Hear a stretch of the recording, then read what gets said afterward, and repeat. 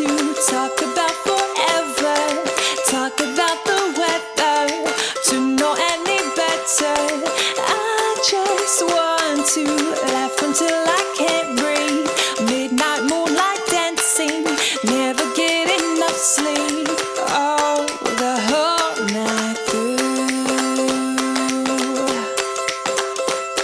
And we could count the distant tumbling stars from the roof of our cars, letting go of our hearts. Close your eyes, pretend that it's your first kiss. Darling, can you feel it? Oh, so ignorant bliss. Oh, the whole night through. 'Cause we don't wanna grow up. We just wanna be young. Play and make believe, come and rescue me. Feel the sun on my skin and scream. We don't wanna grow up. We just wanna have fun. Wild and free, baby, we could dream farther than our eyes have ever seen. I don't wanna grow up.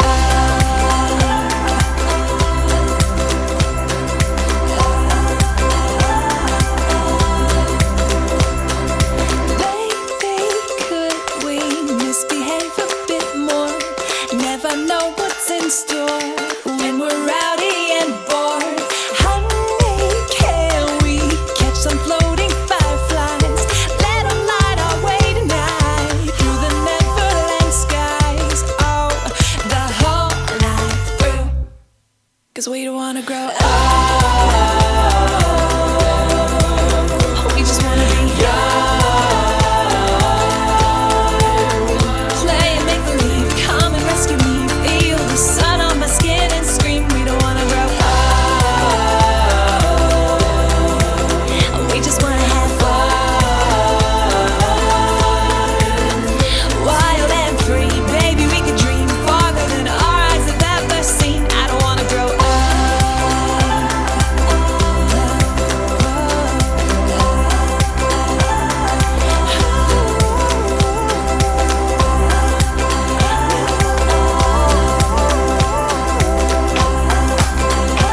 No, no, no, we don't wanna grow up.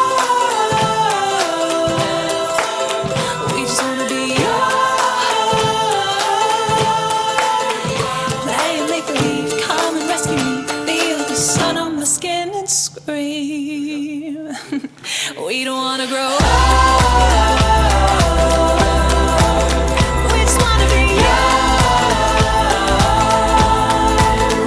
Play and make believe, come and rescue me. Feel the sun on my skin and scream. We don't wanna grow up. We just wanna have fun. Wild and free, baby, we could dream farther than our eyes have ever seen. I don't wanna grow up.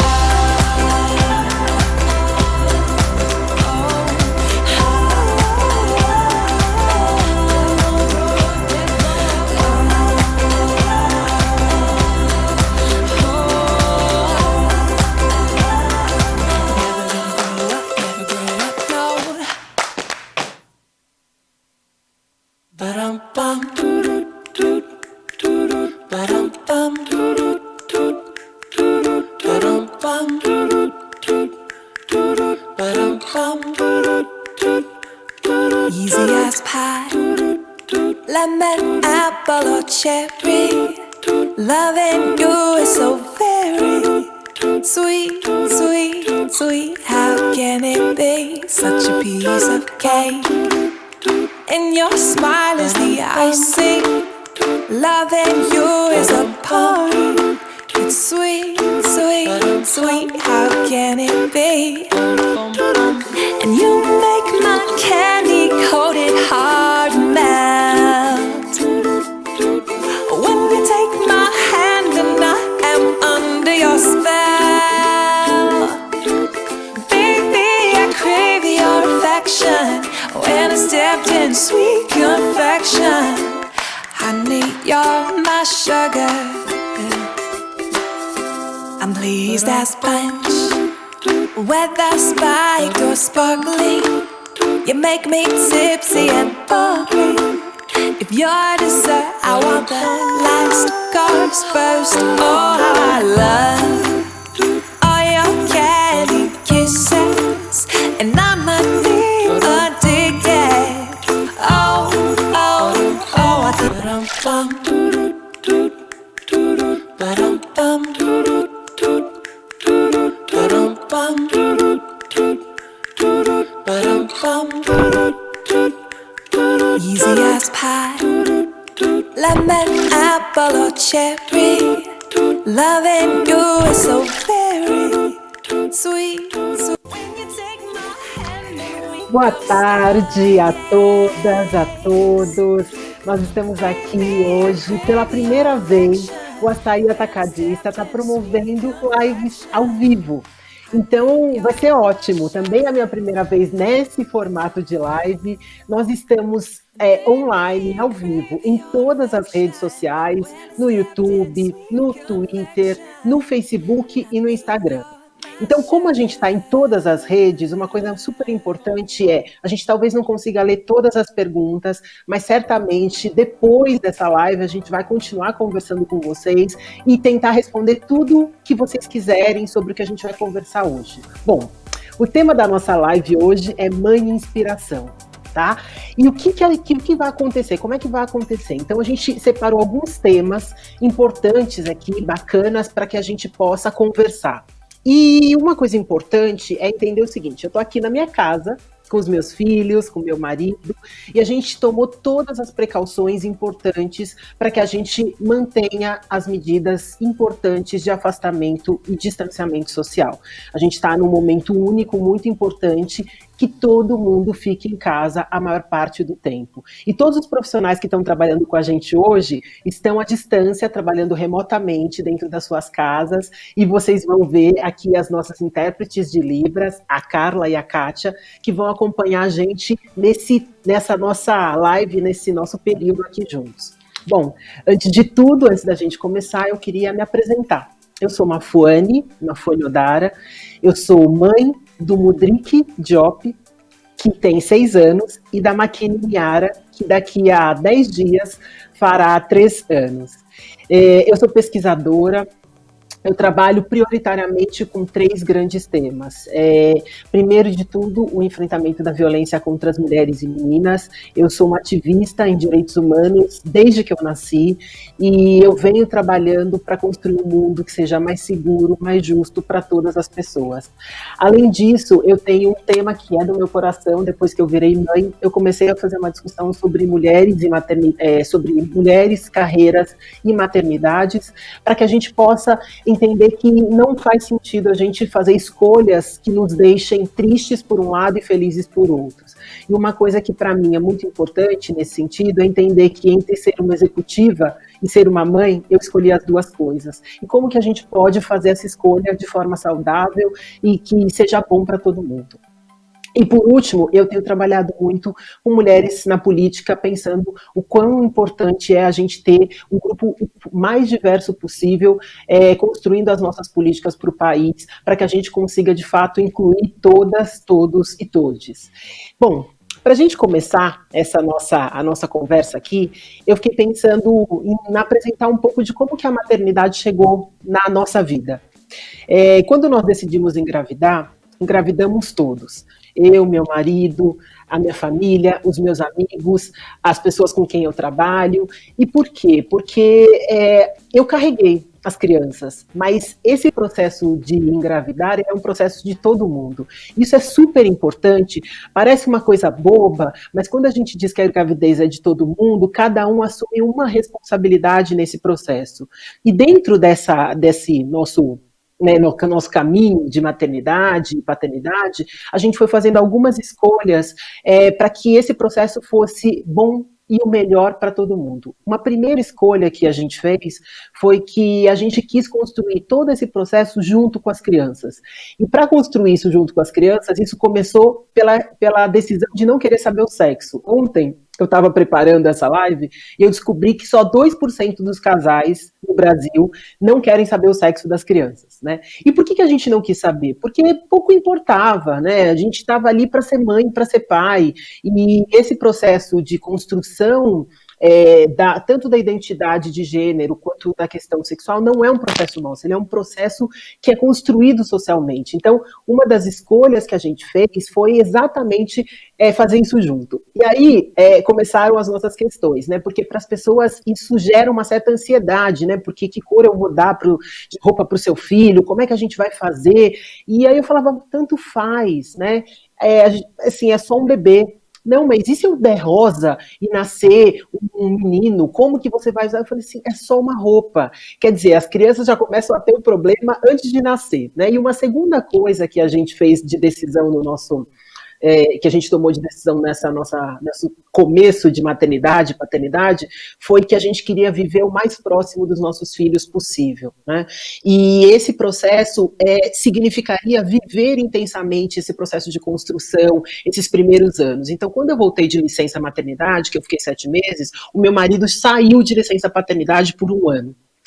E para isso acontecer, vários arranjos precisam mudar, né? Os arranjos dentro da família, as formas de como a gente se relaciona, essa ideia que é colocada sobre qual é a responsabilidade da mãe, sobre qual é a responsabilidade do pai. Então, tentar desconstruir isso torna também esse processo mais leve, né?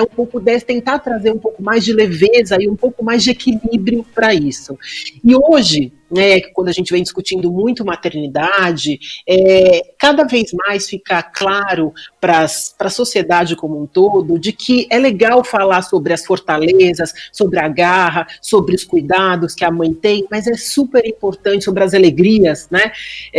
Mas também é muito importante a gente poder falar sobre os medos, sobre as angústias, sobre o que não é bacana, né? Então, a ideia da gente conversar hoje é um pouco falar sobre como é ser mãe, falar sobre empreendedorismo, falar sobre sociedade, sobre esse novo momento que a gente está vivendo, que constrói um novo normal, né? Então, como é que vão ser as relações, que relações diferentes, ou que relações a gente está estabelecendo, uma vez que agora grande parte das pessoas foi empurrada e que se colocada para ficar, porque, enfim, para a gente conseguir sair dessa, a gente precisa ficar em casa, como é que a gente reconstrói esses acordos, repactua, enfim. Então, a gente está aqui um pouco para falar sobre tudo isso. E aí vamos tentar cumprir o máximo que a gente puder, então mandem perguntas, mandem informações, compartilhem as suas histórias, porque vai ser muito legal, quanto mais a gente falar sobre isso, mais saudável e mais positivo e mais equilibrado a gente pode construir esse processo. Amanhã é um dia super especial, quer dizer, todos os dias são o Dia das Mães, mas quando a gente tem essa possibilidade de celebrar esse dia, é super importante a gente pensar sobre a coisa mais importante nesse Dia das Mães, o cuidado. Como a gente se cuida, como a gente cuida do outro e como a gente cuida das nossas mães, né? Então, para a gente começar, eu quero trazer um primeiro tema aqui. É o seguinte: ser mãe é bom o tempo todo? Acho que essa pergunta, ela é uma pergunta importante, porque toda vez que a gente fala sobre ser mãe é sempre bom o tempo todo, a gente traz uma visão, às vezes, muito romantizada. E é claro que tem muitos momentos bons, tem muitos momentos super desafiadores. A maternidade, ela exige da gente escolhas, que são escolhas, às vezes, difíceis de serem feitas, outras escolhas, talvez, mais fáceis, e eu acho que, talvez, nesse momento, é super importante a gente pensar o seguinte: ser mãe cansa também, ser mãe, às vezes, frustra, ser mãe também é cometer erros, né? E como que a gente lida com todas essas questões, né? Falar sobre essas ansiedades, sobre as nossas inseguranças, né? Principalmente quando a gente é mãe de primeira viagem, quando a gente está nesse começo ou pensando sobre esse processo, a gente percebeu o seguinte, que a maior parte das mães, elas, quase 50% delas, entende e acha que a maternidade é uma tarefa muito difícil. Só que, em contrapartida, quando a gente vai perguntar sobre as dificuldades, a gente percebe que muitas delas acabam não conseguindo traduzir essas dificuldades, né? E falar muito pouco sobre isso. Não só entre outras mães, mas também com seus próprios companheiros, com as amigas, dentro do trabalho, enfim. Então, acho que esse momento é para a gente também encontrar qual é a melhor forma da gente poder falar sobre essas questões que são difíceis. E nesse momento em especial, a gente está vivendo uma sobrecarga, né, com relação ao lugar das mães. E o que eu acho que é importante a gente dizer aqui? A pandemia, esse momento de crise, ele não traz nenhum problema novo. As questões que a gente já tinha, todas as nossas angústias, todos os nossos medos, eles já existiam antes da pandemia chegar. A grande questão é que a pandemia evidencia isso e traz isso para uma dimensão ainda maior. E o que está acontecendo é que a gente já tinha um desequilíbrio muito grande. E isso já gerava uma sobrecarga em relação à mulher ter uma dupla, tripla ou quádrupla jornada, que fazia com que as mulheres tivessem que se dividir e não conseguir dar conta não só do processo, como também dar conta dos seus próprios sonhos, das suas próprias realizações, ter que se realizar pelos filhos ou se realizar por outras coisas e não conseguir de fato levar os seus sonhos adiante. Isso acontece inclusive muito, a gente vai falar sobre as mulheres que são empreendedoras, né? Então, por que as mulheres se tornam empreendedoras e como elas fazem para que o seu negócio alavanque, qual é o combustível desse processo. E uma das questões que está muito colocada nesse momento de pandemia, além dessa sobrecarga, é um aumento da depressão, né?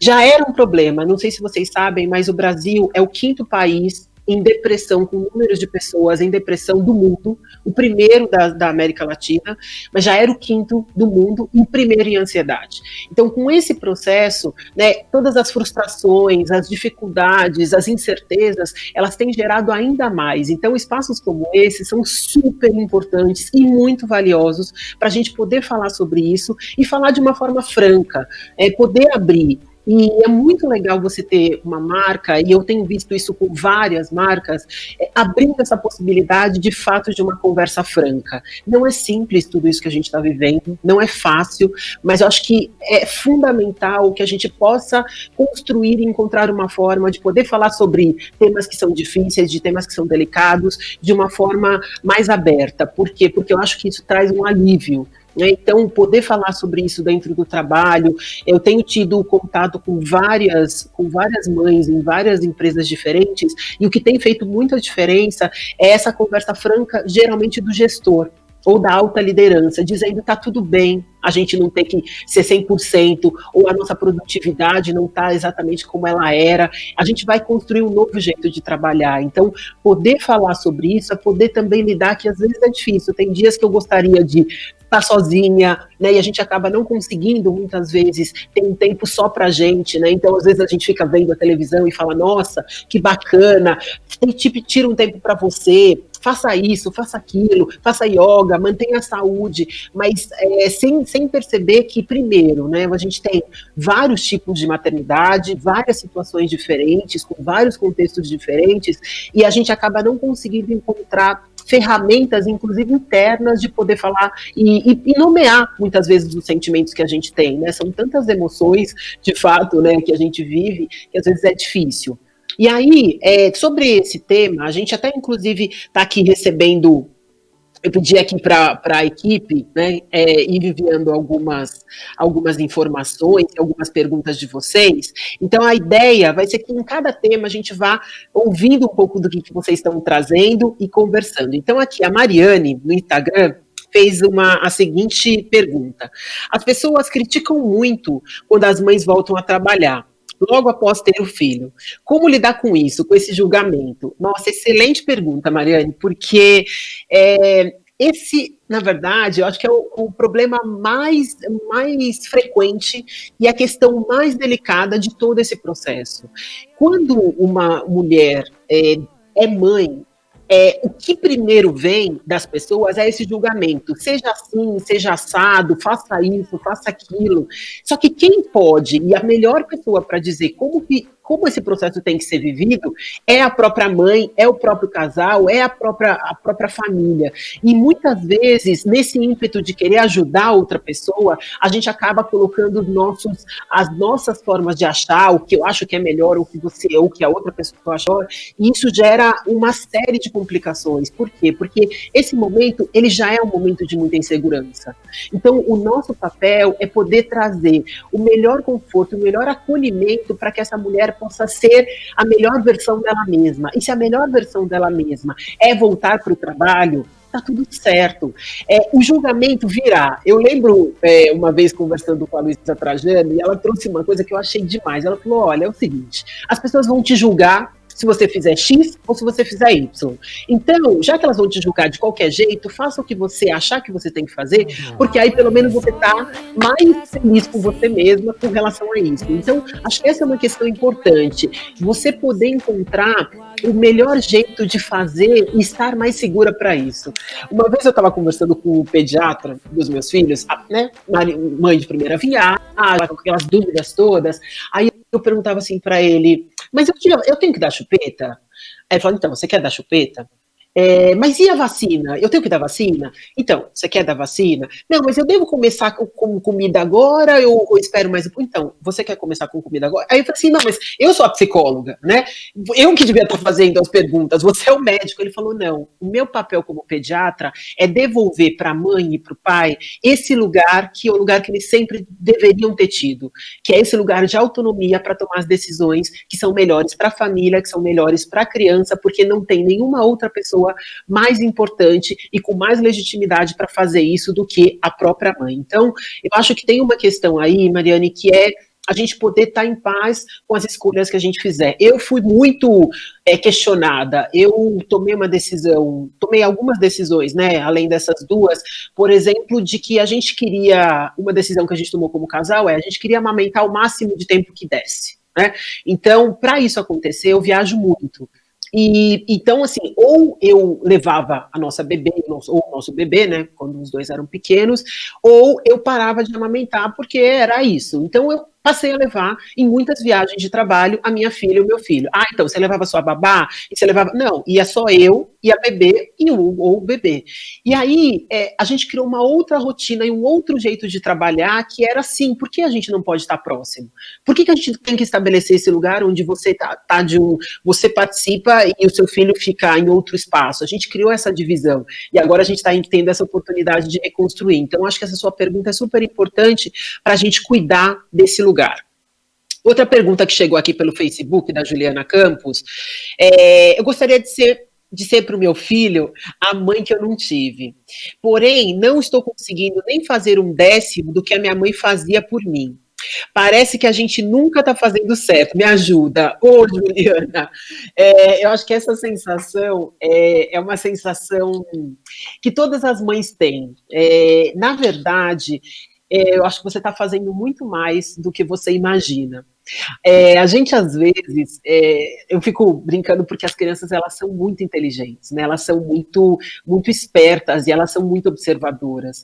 E uma vez eu estava conversando com meu filho, ele tinha 4 anos e meio nessa época, 4 anos, enfim, tinha pouco mais de 4 anos, e falando exatamente sobre isso, né? Porque como eu sempre viajei muito, desde que os 2 nasceram, eu sempre ficava com essa mesma sensação que você, né? Porque, de fato, a minha mãe, eu sou a filha mais velha de uma família de 5, né? A minha mãe se desdobrava, eu não sei como ela fazia para conseguir fazer com que os 5 comessem comidas diferentes, os 5 praticassem esporte em lugares completamente diferentes, os 5 estudavam em escolas, então assim, era uma loucura, e eu fico pensando como que ela deu conta com 5, se eu tô com 2 e pensando como é que a gente cria essa engenharia. Então, eu acho que tem uma questão que os tempos são diferentes, né?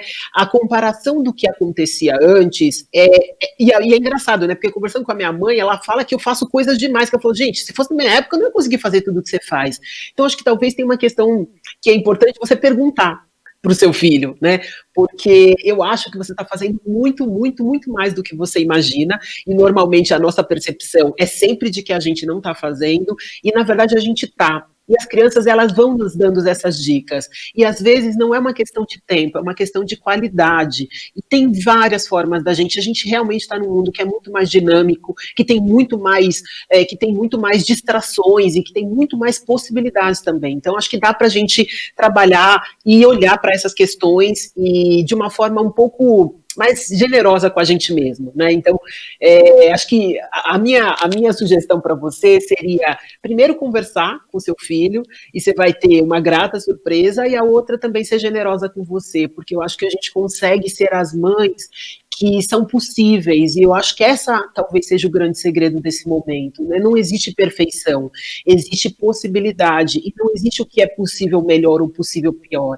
é o que é possível, e isso também traz uma chance de que todos os nossos conflitos também virem um espaço de criação, porque quando a gente encara sempre como aquilo que a gente não tem, a gente sempre fica correndo sobre aquilo que a gente não tem.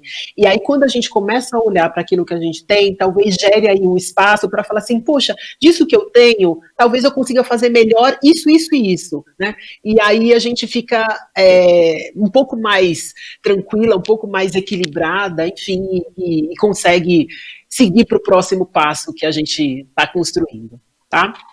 E aí, bom, né, enfim, já ficaria aqui com esse tema, porque acho que esse tema né, ser mãe é sempre bom o tempo todo, né, mas eu queria passar para o próximo, que está muito relacionado a tanto isso que a Juliana falou, que ajuda um pouco a aliviar essa sensação, quanto também o que a Mariane tinha trazido, que é o seguinte, tem um provérbio africano que diz o seguinte, é preciso uma aldeia inteira para criar uma criança. Esse provérbio, ele tem uma função muito, muito importante de trazer quem é que pode apoiar a gente nesse momento que a gente está vivendo. Falar sobre redes de apoio é muito, num momento como esse, eu acho que é a coisa mais valiosa que a gente tem. Uma rede de apoio, ela pode ser formada, e é muito legal se ela for formada pelas pessoas da família, né, e aí pensando o marido, os tios, as tias, as avós, os avós, enfim, né, esse núcleo familiar estendido, isso tem uma validade muito grande, porque são olhares diferentes, e é importante que cada membro da família saiba qual que é o seu papel, né, os avós têm um papel, eles não substituem o que é o papel da mãe, o papel do pai, os tios e as tias têm um papel que é muito importante, que também não substitui o que é o papel dos avós, cada membro da família tem um papel, os pais têm um papel muito importante, que não substitui o que é o papel da mãe, mas é muito importante a gente entender que a gente vive num país que 11 milhões e 600 mil mulheres são mães solo, infelizmente. Então, a gente ainda vive num país onde a responsabilidade sobre o cuidado das crianças ainda recai muito sobre as mulheres. Então, entender a rede de apoio é super importante quando a gente tem essa possibilidade de ter a família, porque, de fato, a família, ela é uma sustentação, mas a gente também constrói famílias que não são as famílias de sangue. E essa rede de apoio, esses pontos de apoio, eles são centrais para esse momento que muitas vezes a gente não está bem. Aquele momento onde você gostaria de conversar sobre alguma coisa que está difícil, que você chegou no seu limite para, inclusive, pensar soluções para os seus problemas que você está tendo com os seus filhos, em relação a comportamento, em relação às escolhas que são difíceis de fazer, de escola, de mudanças, enfim. Então, essa rede de apoio, ela tem sido, no meu caso, ela foi a forma com que me permitiu poder viver as experiências da maternidade e da paternidade de outro jeito. Quando a gente tomou essa decisão quando eu voltei de licença maternidade, o meu marido saiu de licença paternidade por 1 ano, foi muito interessante, porque a gente até está escrevendo um livro, um caderninho para os nossos filhos, dizendo tudo que a gente passou. Porque, infelizmente, na nossa sociedade, por mais que seja bacana, por mais que a gente ache que isso é legal, que a gente acha que tem que dividir melhor as responsabilidades, a gente não consegue lidar muito bem com isso. Então, eu voltei, e aí, voltando para os julgamentos, né, as pessoas perguntavam assim, mas, assim, você voltou e aí, com quem que está o seu filho? Então, com meu marido. Mas você não achou ninguém para ficar com ele? Então, achei, meu marido. Mas ninguém. E eu falava, gente, como que as pessoas têm essa ideia de que o cuidado da criança, ela é responsabilidade da mãe? No ano passado, mais ou menos nessa época, porque o outono é um período muito difícil para os bebês, né? A minha filha ficou uma semana internada. E as pessoas já sabiam desse nosso processo. A gente não, meu marido não ajuda, né? Ele compartilha as tarefas. Então, como ele tem um horário muito mais flexível, porque o trabalho dele possibilita isso, ele fica com maior responsabilidade com relação ao cuidado das crianças, com relação à casa, com relação à educação, acompanhar isso um pouco mais de perto.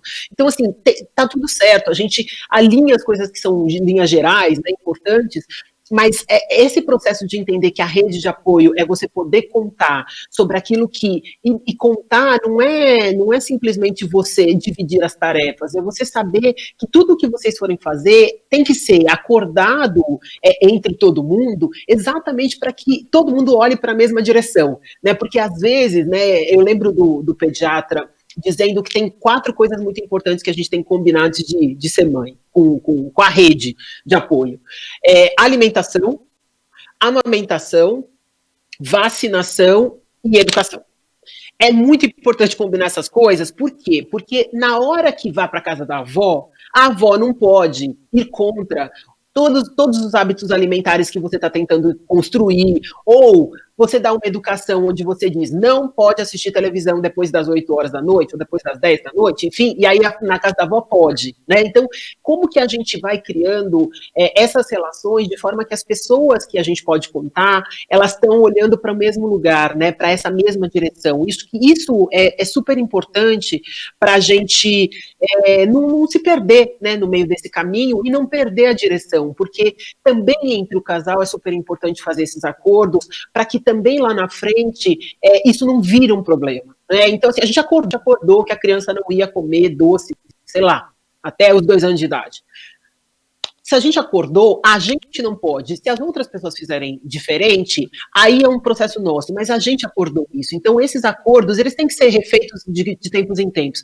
Mas essa rede de apoio, ela é a nossa possibilidade de poder ir mais longe. E com quem é a nossa rede de apoio quando a gente é mãe solo, por exemplo? Hoje, esses espaços, como a gente está aqui, têm sido muito potentes para construir essa rede de apoio. Eu faço parte de vários grupos de mães, as mães do berçário, as mães pretas, as mães que são empreendedoras, enfim. Então, você tem vários que vão ajudando você a lidar com os temas que são os temas do dia a dia. Então, essa rede ela é muito importante.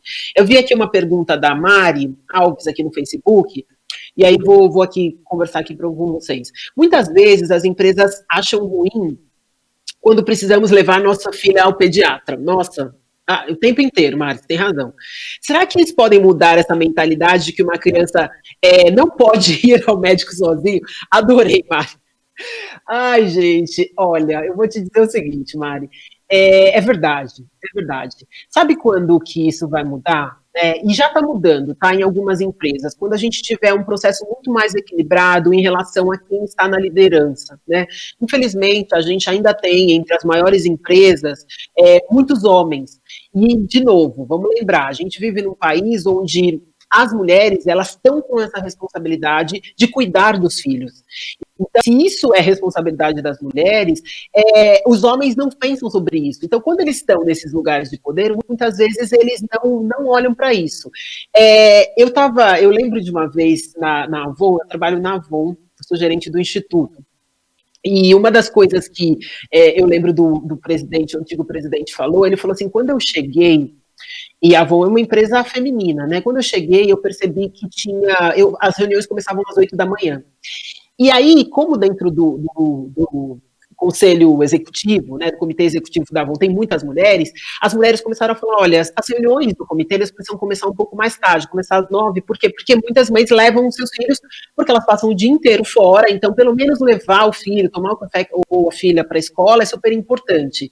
E esse pequeno, e assim, não fazia parte, mas quando você tem e começa a ter essas mulheres nesses espaços, e elas são a maioria, você começa a ver que alguns hábitos precisam mudar, né? Então você precisa ter, por exemplo, exemplo, essa política, o que vai acontecer agora é que, assim, muitas empresas não tinham home office. E o que é o home office? É a chance de você poder, pelo menos uma vez por semana, conseguir reorganizar o seu trabalho, porque você não precisa ir até a empresa e você consegue organizar melhor, você consegue fazer terapia, você consegue levar o filho na escola, ou você consegue organizar melhor o seu tempo de trabalho. Ah, não, mas home office não funciona. Imagina, as pessoas ficam em casa, elas não trabalham. Bom, né, então estamos aí vivendo esse momento onde todo mundo foi empurrado e as pessoas estão sentindo, ou pelo amor ou pela dor, né, a importância que o home office tem, e obviamente as empresas continuam funcionando, os serviços continuam funcionando, obviamente que alguns serviços têm sofrido, por quê? Porque a gente está passando por um processo de adaptação. Então, sim, você tem toda a razão, e o que tem acontecido, e o que tem sido muito importante,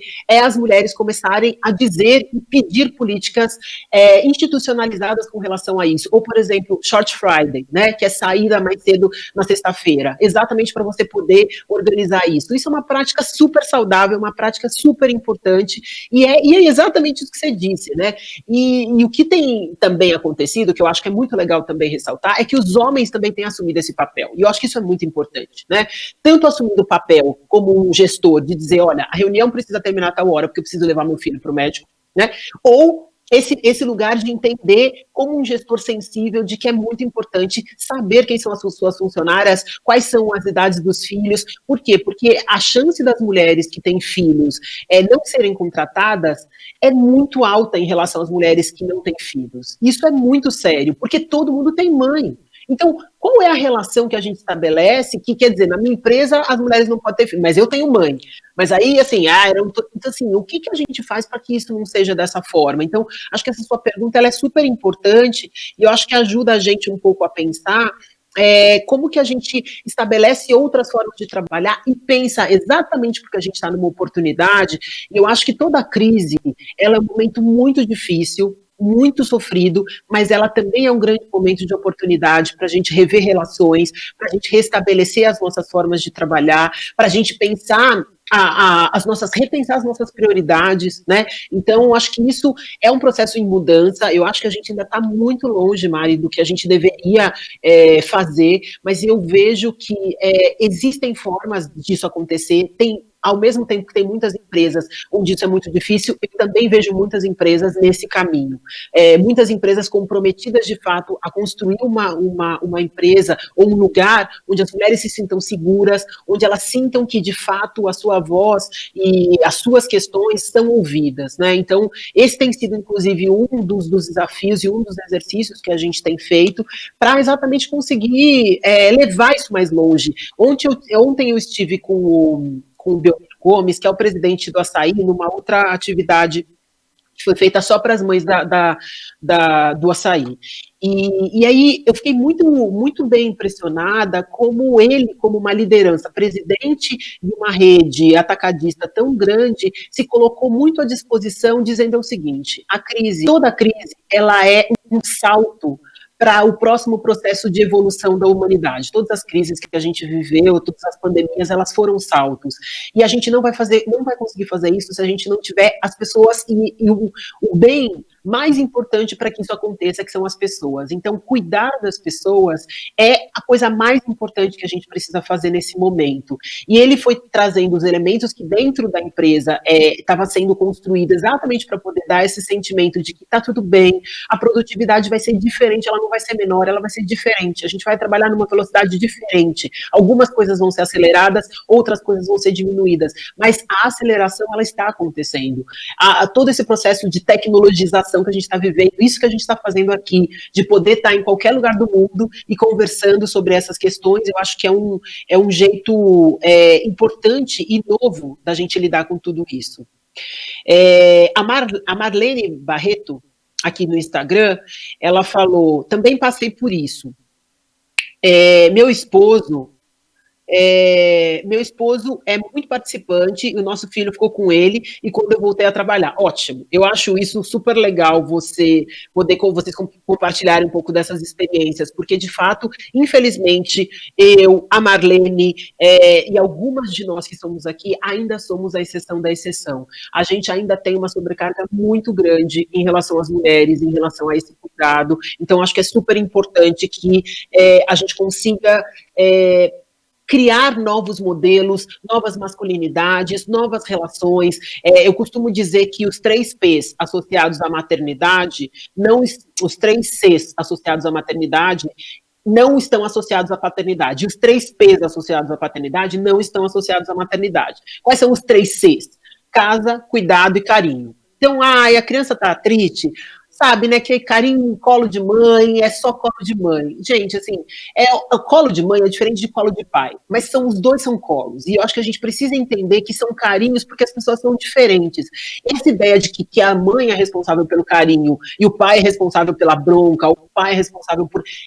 Esse tipo de relação só estabelece que existem caixas e modelos pré-estabelecidos de como tem que funcionar. E os 3 P's associados à paternidade, que é protagonista, patrão, e provedor, né, não são associados à maternidade. Né? Então, essa ideia de que o homem precisa trazer o dinheiro para casa e de que as relações têm que ser, imagina que a minha esposa vai ganhar mais do que eu, quem sou eu, como que eu vou ficar em casa cuidando de criança enquanto ela sai para trabalhar e ela traz o dinheiro? Então, essas relações, elas impedem novos modelos de construção, novas relações estabelecidas. Eu lembro que quando nós tomamos essa decisão, o meu marido, quando eu conto essa história de um jeito, se vocês ouvirem meu marido contando a mesma história, a história dele começa quando eu saí de casa e falei, bom, e aí ela saiu para trabalhar e eu fiquei com o Mudrik.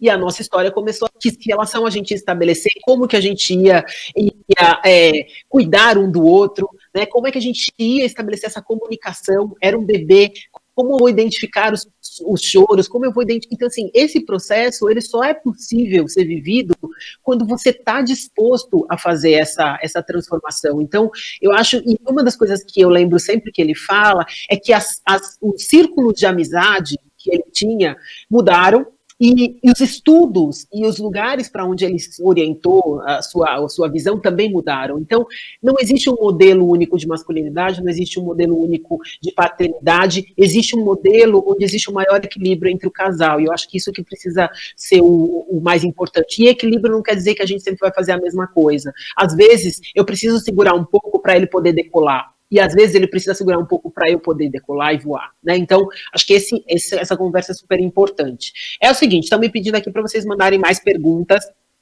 porque, enfim, a gente está aqui conversando e tudo mais, mas a gente quer mais perguntas de vocês. Bom, vamos para o próximo tema, que é o seguinte, ser mãe dói? Ai, gente...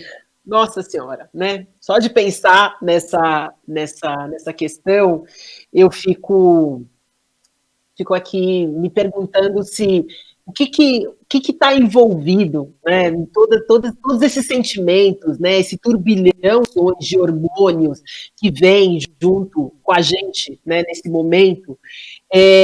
As primeiras dúvidas, né, que surgem em relação à gestação, eu vou ser uma mãe, eu vou ser uma boa mãe, eu não vou ser, eu vou dar conta, eu não vou dar conta, será que eu consigo imaginar o que de ser boa para o meu filho, né, como a gente viu como uma das perguntas que a gente teve, e aí, assim, jogando a real, gente, ser mãe dói.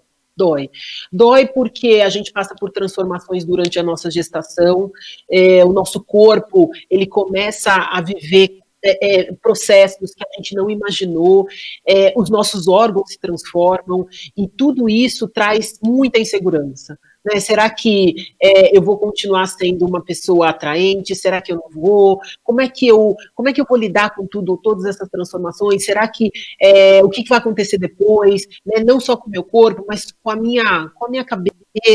Amamentar dói, né? No começo dói, e também não amamentar dói mais ainda. Então, a gente precisa tomar muito cuidado com isso, né? Porque a gente, de novo, o julgamento, embora muitas vezes o julgamento venha numa tentativa de poder ajudar, de poder oferecer cuidado, ele acaba sendo um processo ainda mais destrutivo, né? É aquilo que eu falei no começo. Se você amamentar, as pessoas vão criticar, porque é isso.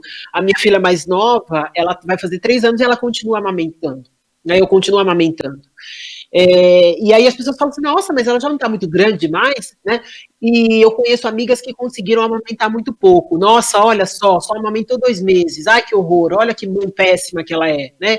Então, assim, é muito delicado quando a gente se coloca no lugar da outra pessoa e a gente não é a outra pessoa. Isso não é empatia.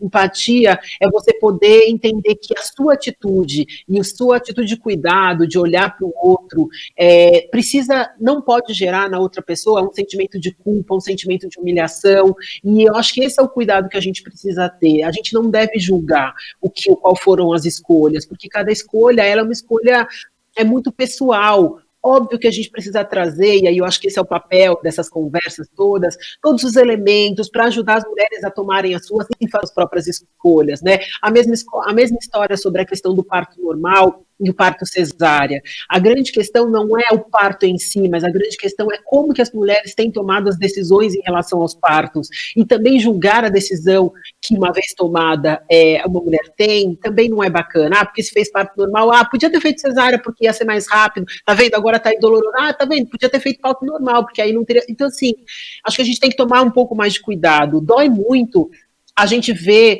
a dor do nosso filho e a gente gostaria muito que ele não tivesse que passar por tudo isso. E muitas vezes a gente faz tudo que a gente pode e mesmo assim os nossos filhos ficam doentes, e mesmo assim os nossos filhos passam e têm escolhas que não seriam as escolhas que a gente faria. Dói muito isso, né? Porque a gente gostaria que não fosse assim. Dói muito quando eles crescem, né? Quando a gente tem as crianças quando as crianças ficam muito juntas e depois as crianças crescem e saem de casa, né, tem a famosa síndrome do ninho vazio, né? Quanto é difícil para as mães verem os filhos crescerem, verem os filhos tomando decisões. Eu lembro uma vez que eu estava, nossa, desolada. O pediatra, o Cacá, ele é ótimo, né? Porque de fato ele foi muito importante nesse processo de construção de autonomia dessa maternidade.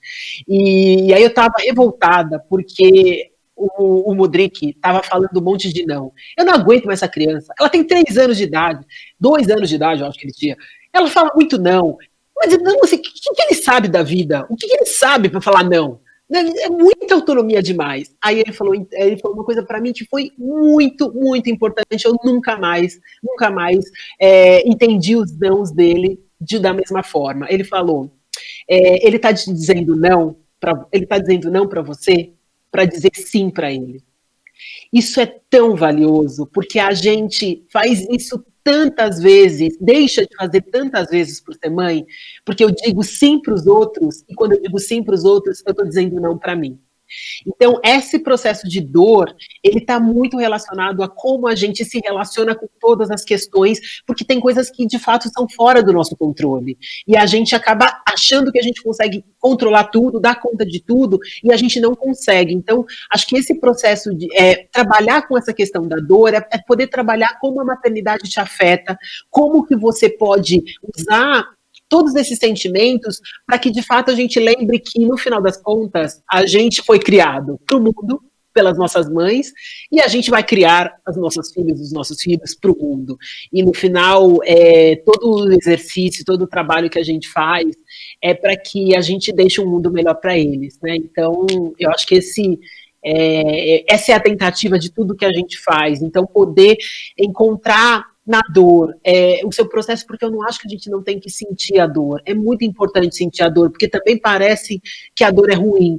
E a dor, de novo, a dor também é um processo importante, porque da dor vem a cura. E conseguir entender quais são as motivações das nossas dores, as nossas inseguranças, e poder conversar sobre isso, ajuda a lidar com isso. A Elisângela, aqui no Instagram, ela fez a seguinte pergunta: a família tem um novo modelo hoje, que são as mães e o filho, sem a presença do pai. Isso interfere muito? Olha, Elisângela, excelente pergunta. As figuras, e aí vamos de novo, acho que a sua pergunta me dá o gancho para falar uma coisa super importante. As figuras maternas não necessariamente são as mães. E as figuras paternas não necessariamente são os pais. Então, acho que uma coisa importante nesse processo primeiro, eu não acredito nessa ideia de que existe a mãe.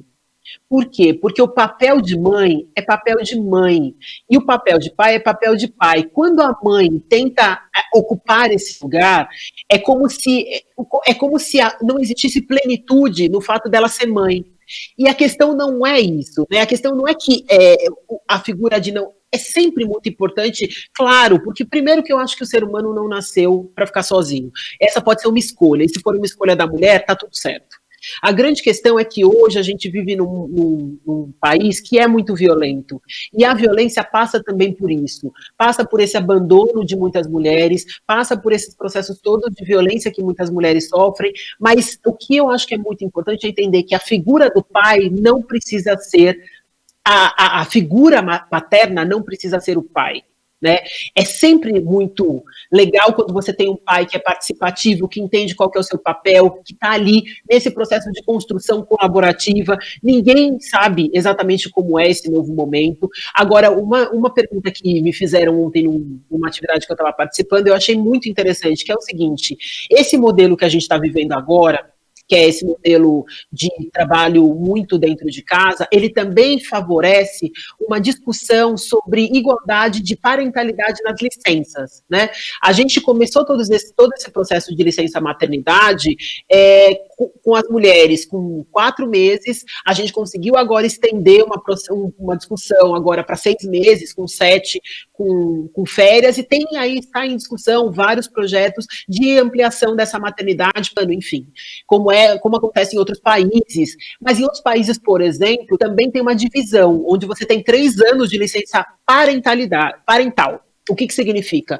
Que o casal decide como vão dividir essas licenças. Se tira junto, se tira uma parte junto, uma parte separado, mas que essa licença é a licença dos dois. E algumas empresas aqui no Brasil, e já a partir dessas experiências internacionais, já tem igualado a licença paternidade e a licença maternidade, por entender que esses 2 momentos são tão importantes quanto o processo que a gente vive nesse início. E aí eu lembro que no começo a gente tinha uma brincadeira, eu e meu marido, porque assim, né, os primeiros 7 meses, eles são importantes porque, enfim, tem todo esse processo da amamentação, mas a única coisa que eu faço é isso, né, a amamentação é a única coisa que os homens não podem fazer, todo o resto os homens podem fazer.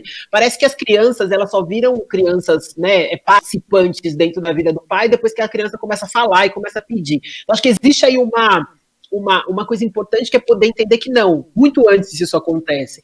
E aí, quando eu voltei de licença maternidade, o meu marido chegava e falava assim, então, porque na minha gestão, a criança começou a andar. Porque na minha gestão, a criança começou... Então, bom, a sua gestão funcionou porque a minha gestão veio antes, né? Então, acho que era uma brincadeira entre a gente, mas entendendo o seguinte, é isso mesmo, né? Tem lugares onde esse momento vai ser mais importante e as mulheres vão ser mais presentes, e outros momentos onde a presença do pai vai ser muito, muito importante, muito relevante. Então, acho que a questão muito, muito importante desse processo é que a gente consegue, de fato, trabalhar né, com os modelos, esses novos arranjos que trouxe, e não só, né, uma discussão sobre essa figura materna e essa figura paterna, mas também essa relação entre casais homoafetivos, né? Então você tem uma discussão, inclusive, da legislação de garantir que 2 mães possam ter as licenças, de que elas estão dentro da mesma empresa e de fazer esse processo, todo o processo de adoção. Então, tem uma série de modelos aí que estão sendo configurados como novas famílias e que têm sido incríveis e que têm sido transformadores. Então, acho que essa é a grande discussão. Enfim, tem bastante coisa aqui para a gente falar. Eu queria pegar dois temas, né, olhando aí um pouco para essa questão da ser mãe nesse momento que a gente está de pandemia, né, a gente já falou um pouco sobre isso, e aí tem 3 dimensões importantes dessa discussão, tá? Uma primeira dimensão a gente falou um pouco, e aí eu queria só retomar o que significa ser mãe na pandemia. Tem todo o processo de crise, a gente vive aí 3 grandes ondas de transformação, tá? Uma primeira onda a gente está vivendo um momento que é um momento super difícil, super delicado, com muitas inseguranças. O que vai acontecer comigo? Né? Bom, agora eu estou dentro de casa, a quantidade de trabalho, a quantidade de sobrecarga, o que a gente pode fazer para pactuar todas as questões e os acordos que a gente tinha. Por quê? Porque esses acordos, eles funcionavam antes da pandemia. Isso para tudo. E a gente está no momento exatamente de repactuar. Por que eu falo isso? Porque a gente está, muitas vezes, num processo de ansiedade, de busca, de imaginar quando isso vai acabar. Quando isso acabar, a gente vai viver uma coisa que eu tenho ouvido muito, que é o novo normal. A gente já está vivendo esse novo normal. Esse novo normal é o que vai acontecer a partir de agora. A gente não vai voltar a ter aquela normalidade que a gente tinha antes. Isso significa que os acordos que a gente estabeleceu precisam ser diferentes. Qual é o primeiro acordo? Com a gente mesma. Né? Uma das questões mais importantes que a gente tem tido a possibilidade, e que eu acho que estar aqui é a possibilidade da gente conversar, é sobre como a gente se cuida.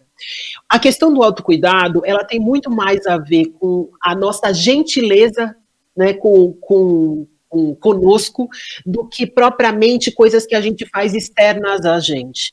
Eu separei aqui algumas sugestões e algumas dicas, porque eu acho que essas dicas ajudam a gente a ter um pouco mais de leveza nesse processo. Por quê? Porque o primeiro processo de transformação, ele é interno, para a gente poder lidar com tudo isso que está acontecendo. Primeiro de tudo, evitar o processo de comparação.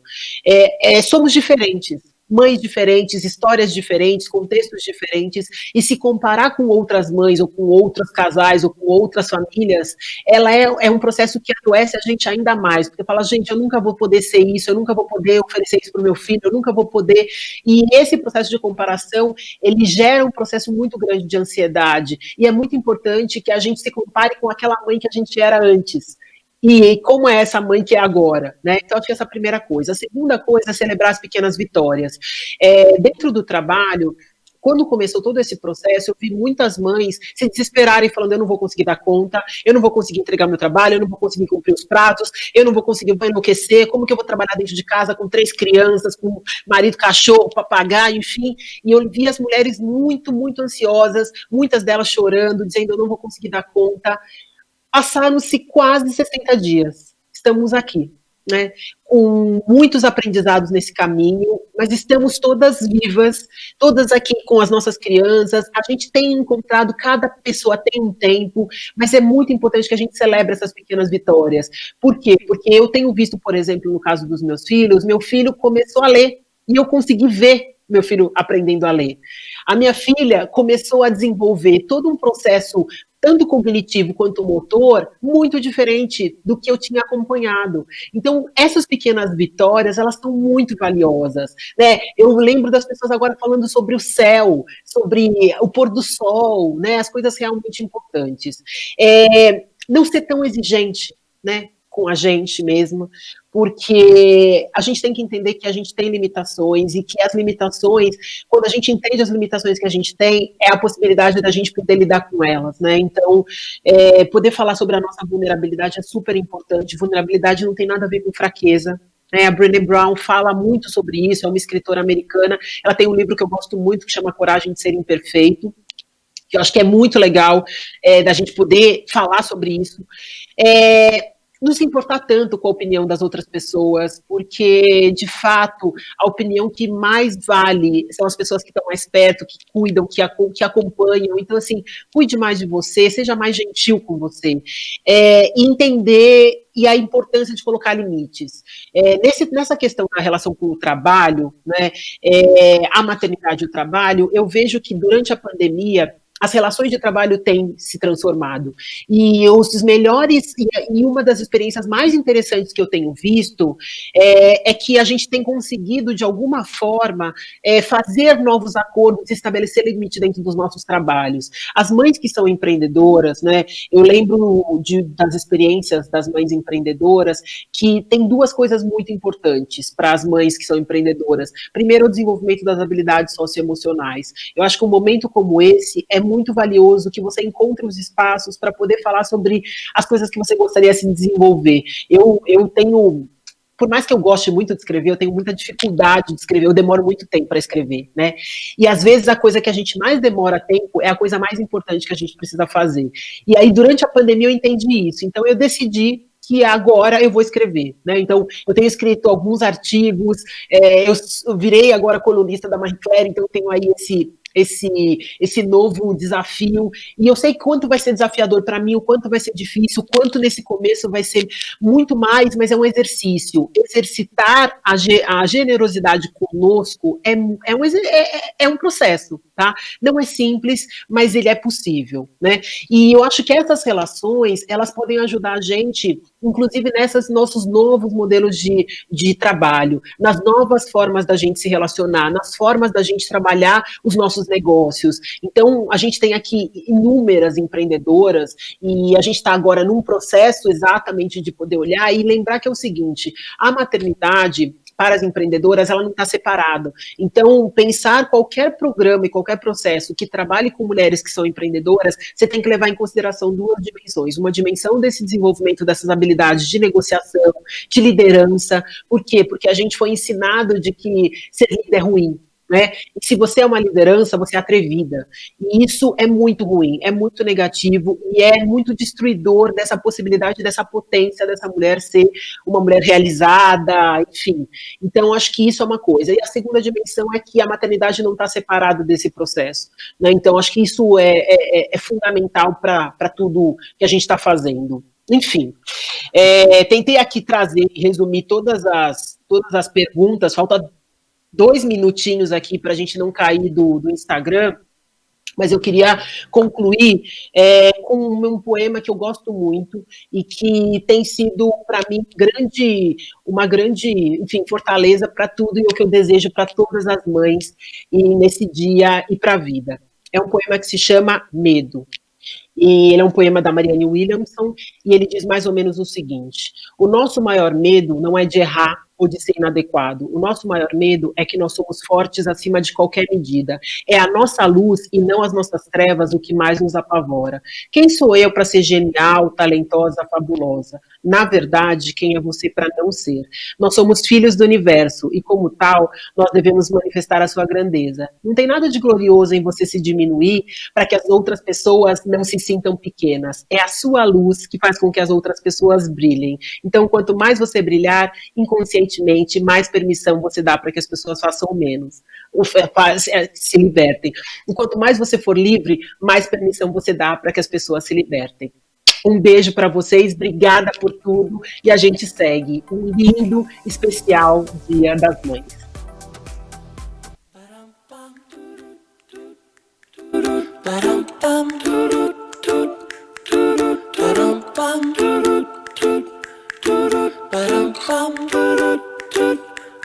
Easy as pie, lemon, apple or cherry.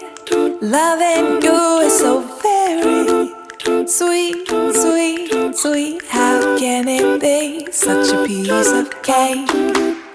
And your smile is the icing.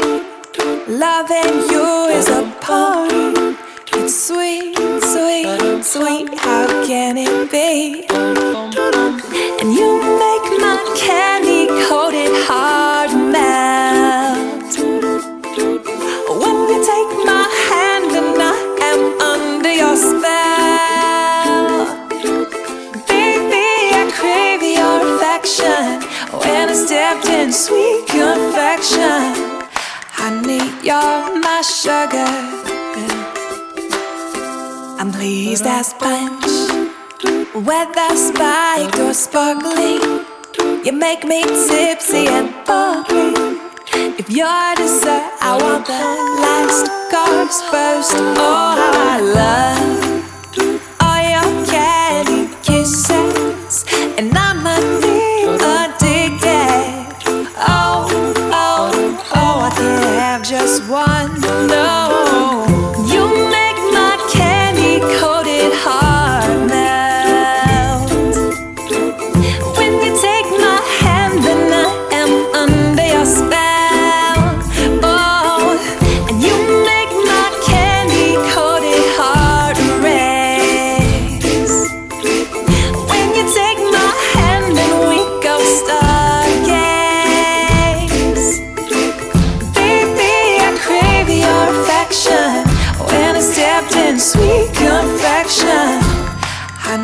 you're my sugar.